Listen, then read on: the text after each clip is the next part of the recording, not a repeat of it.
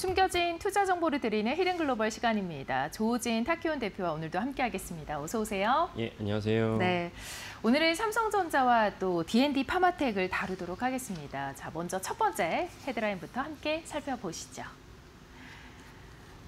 자, 지금 보시면 삼성전자 엔비디아 메모리 칩 승인을 받았고 그래서 올해 최고치를 경신했다라는 소식입니다. 자, 관련된 이슈를 잠시 요약을 좀 해드리면요. 삼성전자가 이 엔비디아로부터 첨단 메모리 칩 승인을 받으면서 주가가 5%가량 급등을 했습니다.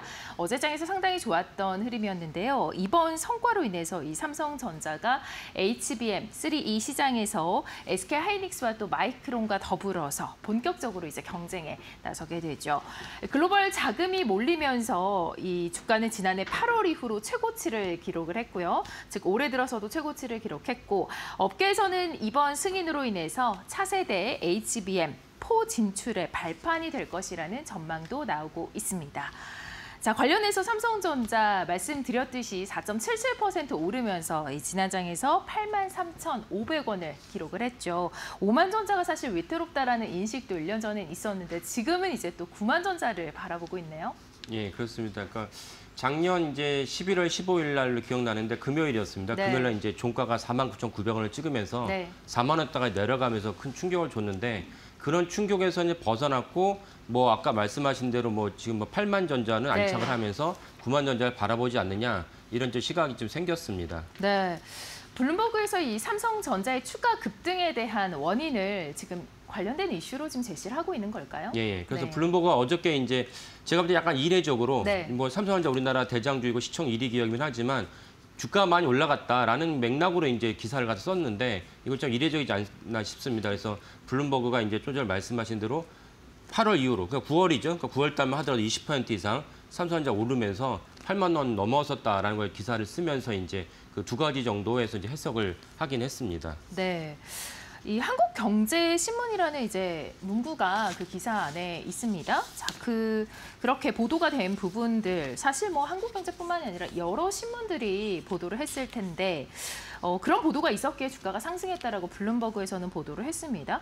자, 삼성전자의 엔비디아 합격을 보도한 블룸버그의 입장은 정말 무엇일까요? 예. 네. 그래서 이제 그 부분을 좀 더 자세히 설명드릴 네. 필요가 있습니다. 왜냐하면 삼성전자가 지속적으로 한 2년간에 걸쳐가지고 엔비디아의 고가칩, 그러니까 저가칩에는 삼성전자가 이미 납품을 했었습니다. 그게 이제 H20이라고 하는데 H20을 납품을 했었는데 사실은 번번이 이제 실패를 하면서 삼성전자 급기야 뭐 창사 이래 처음으로 사업부장인 경계현 대표가 이제 경질되는 그런 어떤 수모를 겪기도 했습니다. 그래서 삼성전자 계속 시도를 했는데 그때마다 많은 언론사가 삼성전자가 엔비디아 고가칩 납품을 했다, 통과됐다라는 기사가 쏟아졌습니다. 그러니까 지금 보면 다 오보였어요. 네. 근데 오보였는데 참 놀라운 거 뭐냐면 그 중에는 이제 로이터도 있었습니다. 그러니까 외국계 그 언론사도 그 오보 대열에 참여를 했습니다. 그래서 이제 우리가 그런 것을 쭉 보면서 삼성전자가 언제 이제 도대체 그 고가칩에 납품을 한 것이냐라고 이제 의문을 달고 있었는데 금요일 날, 제 기억에 이제 금요일 날 이제 한국경제신문에서 이제 삼성전자가 납품을 성공했다라고 보도가 나왔고 블룸버그 역시 그 보도를 인용하면서 그 때문에 삼성전자 주가가 이제 치솟았다. 그래서 이달 들어 아까 말씀드린 대로 20% 이상 가격이 올랐다라고 이제 설명을 했습니다. 그래서 이 부분을 갖다가 아까 말씀드린 대로 숱하게 많이 이제 전망을 갖다가 내놓고 합격을 했다 했지만 결국은 오보였다. 그래서 이번에도 사실은 오보일지 맞을지 되게 귀추가 주목되는 대목입니다. 네. 네, 그런데 좀 수급적으로도 굉장히 이러한 보도로 인해서 영향이 컸다라고 합니다. 예, 맞습니다. 그래서 어제 종가 같은 경우 보면 이제 삼성전자 같은 경우는 한 6천억 넘게 네. 외국인들이 매수를 했고요. 그리고 이제 기관도 좀 매수를 했는데 특이한 점은 개인은 이제 매도를 했다는 것입니다. 네. 그러니까 개인들은 삼성전자의 어떤 아까 말씀드린 많은 어떤 삼성전자가 엔비디아 납품한다는 그 내용 자체가 믿기가 힘들다라고 생각을 한 것 같습니다. 그래서 이제 외국인들은 기관들은 매수를 했는데 개인들은 매도를 했고요. 그리고 사실 당연히 이 HBM 시장에 삼성전자 뛰어든다면 가장 이제 타격을 받을 이제 기업과 종목은 SK하이닉스입니다. 왜냐하면 엔비디아에 실질적으로 이제 과점 내지 독점을 하고 있으니까요. 만약에 이제 한국경제신문의 보도가 맞다면 그간 SK하이닉스는 엔비디아의 3E의 12단, 12단이라는 것은 이제 HBM은 이제 D램을 갖다가 8장 쌓는 것이 통상이었는데 더 많은 메모리를 갖다가 소화하기 위해서 8장에서 더 높여가지고 12장을 쌓았습니다. 그래서 12단에서는 실질적으로 SK하이닉스는 이제 독점을 하고 있었습니다. 독점하고 있었는데 한국경제신문의 보도가 맞다면 SK하이닉스의 독점을 깨는 삼성전자가 12단에서 공급을 했다는 것이니까 상대적으로 아까 말씀드린 대로 그러면 외국인들은 삼성전자 샀었는데 독점이 깨졌으니까 SK하이닉스는 어떻게 될 것이냐라고 봤을 때 SK하이닉스는 외국인들이 3천억 넘게 팔았습니다. 이제 그런 점도 사실은 같이 이제 병행해서 보시면 좋을 것 같습니다. 네, 이 수급 방향이 확실히 달라졌네요. 예, 예. 네, 그런데 이게 국내 신문과 또 외신의 보도 차이 때문에 좀 예, 예. 불확실한 측면이 있는 것 같습니다. 예, 예. 그리고 또 통과가 된다 해도 물량이 상당히 적을 것으로 예상이 되고 있죠. 예, 맞습니다. 그래서 네. 그 부분도 이제 블룸버그가 이제 보도를 했는데요.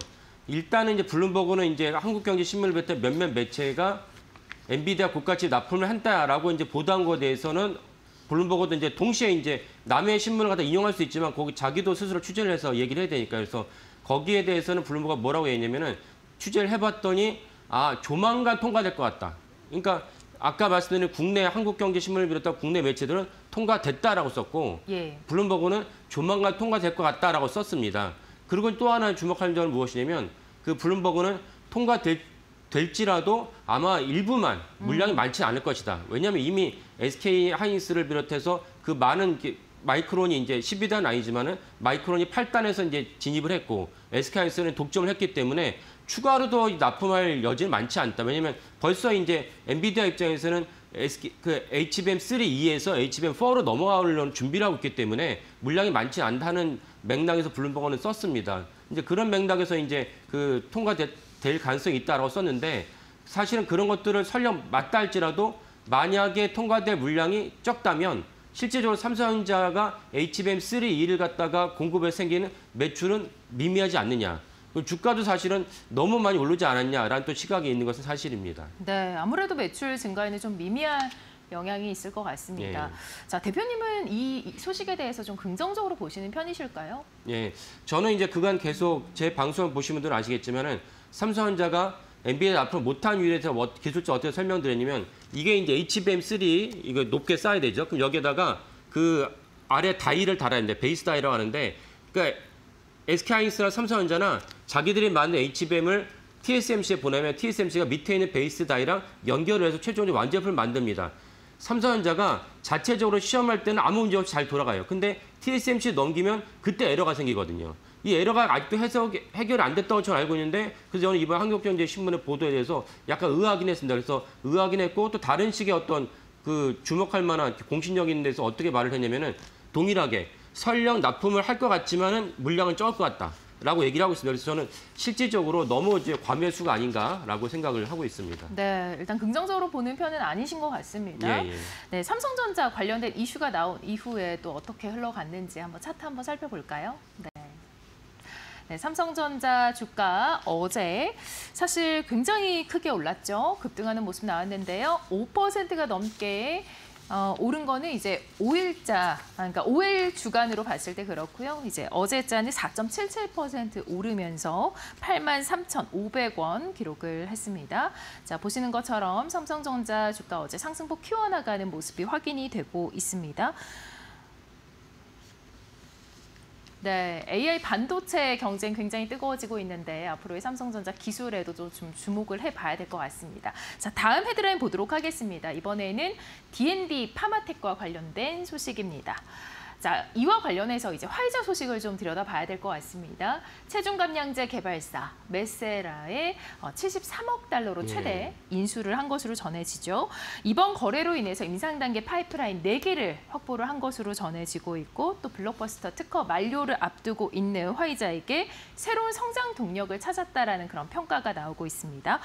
급성장 중인 비만 치료제 시장에서 노보노디스크 그리고 일라이 릴리와 더불어서 계속해서 경쟁은 더욱더 가속화될 것으로 보입니다. 자, 화이자가 이번 이 비만 치료제 개발 기업인 메세라 인수를 결정을 했네요. 예. 네. 그 어저께 이제 그 관련돼서 좀 더 자세히 설명드리겠지만 관련된 기업이 D&D 파마텍인데 이 소식이 그러니까 화이자가 메세라를 인수할 것 같다라는 어떤 그 전망만 갖고도 어제 D&D 파마텍이 상한가를 쳤습니다. 근데 제가 오늘 가져온 뉴스는 무엇이냐면 그 월스트리트 저널이 인수할 것 같다가 아니고 화이자가 메세라를 인수했다라고 이제 단정지어서 보도를 했습니다. 그러니까 그게 이제 확정이 됐다라고 이제 볼 수가 있습니다. 그 부분이 사실은 제가 어제 알테오전 설명할 때도 마찬가지지만 우리가 전망으로는 FDA 통과될 것 같다는 것과 FDA가 승인했다는 것 자체는 다릅니다. 그러니까 화이자가 메세라를 인수할 것 같다는 것과 인수를 했다는 것은 다른 차원이기 때문에 오늘도 이제 D&D 파마텍이 주가가 이제 올라갈 것을 보는데 그 부분에 대해서 이제 좀 더 부연 설명드리면은 결국 화이자가 그 비만 치료제 그 릴리나 이제 노보디스크하고 비만 치료제를 별도로 개발하고 있었어요. 개발하고 있었는데 개발하다가 후유증이 나와서 사실 신약을 개발한다는 게 참 어렵습니다. 신약을 개발한다면 사실은 모든 사람의 모든 연령대에 다 이렇게 부작용이 없어야 되고 또 우리가 신약을 개발해서 신약을 갖다가 복용을 했을 때 우리가 통상 건강기능식품 뭐 비타민도 먹지 않습니까? 그런 것들 같이 복용을 해도 아마 문제가 없어야 됩니다. 그 여러 가지 조건들 다 뚫어야 되기 때문에 신약을 갖다 FDA 승인받는 건 참 어려운 일이다. 라는 걸 알 수가 있는데 화이자 역시 비만 치료제를 개발하고 있다가 후유증이 생긴 것을 확인한 다음에 포기를 해버렸습니다. 포기를 했는데 그럼에도 불구하고 메세라에다 73억 달러를 주고 나서 인수를 했다는 것은 화이자 입장에서 비만 치료 시장이 계속 성장하면서 놓칠 수 없는 시장이기 때문에 우리는 거액을 들여서라도 이 시장에 뛰어들어야겠다는 것이 경영진의 판단이었다라는 것을 우리가 또 하나 이렇게 중요한 시사점을 알 수가 있습니다. 네. 사실 금액이 엄청납니다. 천문학적인 금액이라고 할 수 있는데 10조 원 가까이잖아요. 자, 이런 자금을 투입을 해서라도 이 비만 치료제 시장에서 여전히 좀 성장 가도에 있다라는 뜻으로 해석을 해봐야 될까요? 예, 맞습니다. 네. 그러니까 그 부분을 이제 제가 좀 전에 말씀드린 대로 비만 치료제 시장으로 단순하게 야, 참 우리가 새로운 세상을 살고 있다. 어떻게 약으로 체중을 갖다 줄일 수가 있지라는 차원을 넘어서는 완전히 새로운 어떤 중요한 블록버스터 시장이 열렸고 블록버스터 시장이 열렸기 때문에 화이자 입장에서는 화이자 뭐 아시는 분도 많이 계시겠지만 이제 리피토 그다음에 우리가 몇 년 전에 겪었던 코로나 백신도 개발한 두 회사 중 하나입니다. 그러니까 세계적 역량을 갖춘 회사인데 비만 치료제 없구나. 그러면 경영진 차원에서 우리가 돈을 넣어서라도 비만 치료제 시장 반드시 뛰어들어야겠다는 결단을 내렸다 볼 수가 있습니다. 그래서 다시 한번 말씀드리지만 비만 치료제 시장 그만큼 중요하니까 그 시청하시는 분들도 그에 맞춰서 제약업을 볼 때 비만 치료제 시장을 같이 보시는 게 좋겠습니다. 네, 그래서 이번 이 화이자의 빅딜과 관련된 종목으로서 D&D 파마텍 제시를 해주셨는데 관련해서 주가 차트 흐름 한번 보도록 하겠습니다. 네, D&D 파마텍 어제 상한가를 기록을 했죠. 그래서 21만 5,500원 선에서 마감이 됐습니다. 자, 관련해서 당분간은 좀 비만 치료 관련 종목들 상승을 기대를 해봐도 좋을 것 같습니다. 예, 그 화이자란 D&D 파마텍, 그러니까 메세라란 D&D 파마텍 연결고를 좀 더 말씀을 드리면요, 그 화이자의 인수한 메세라에 작년 그 3월에 D&D 파마텍이 기술 수출을 했습니다. 기술 수출을 해서 그때도 주목을 받았는데 사실 주목받은 것과 실제로 확정된 건 다르기 때문에 어저께 D&D 파마텍이 상한가를 쳤고 그다음에 아까 말씀드린 대로 화이자가 그렇게 확정을 했으면 그 여파가 오늘도 계속 이루어지지 않을까라고 이제 전망을 합니다. 네. 네, 지금까지 화이자의 전략과 또 관련 종목들까지 짚어봤습니다. 오늘도 조우진 타키온 대표님과 함께했습니다. 고맙습니다. 예, 감사합니다.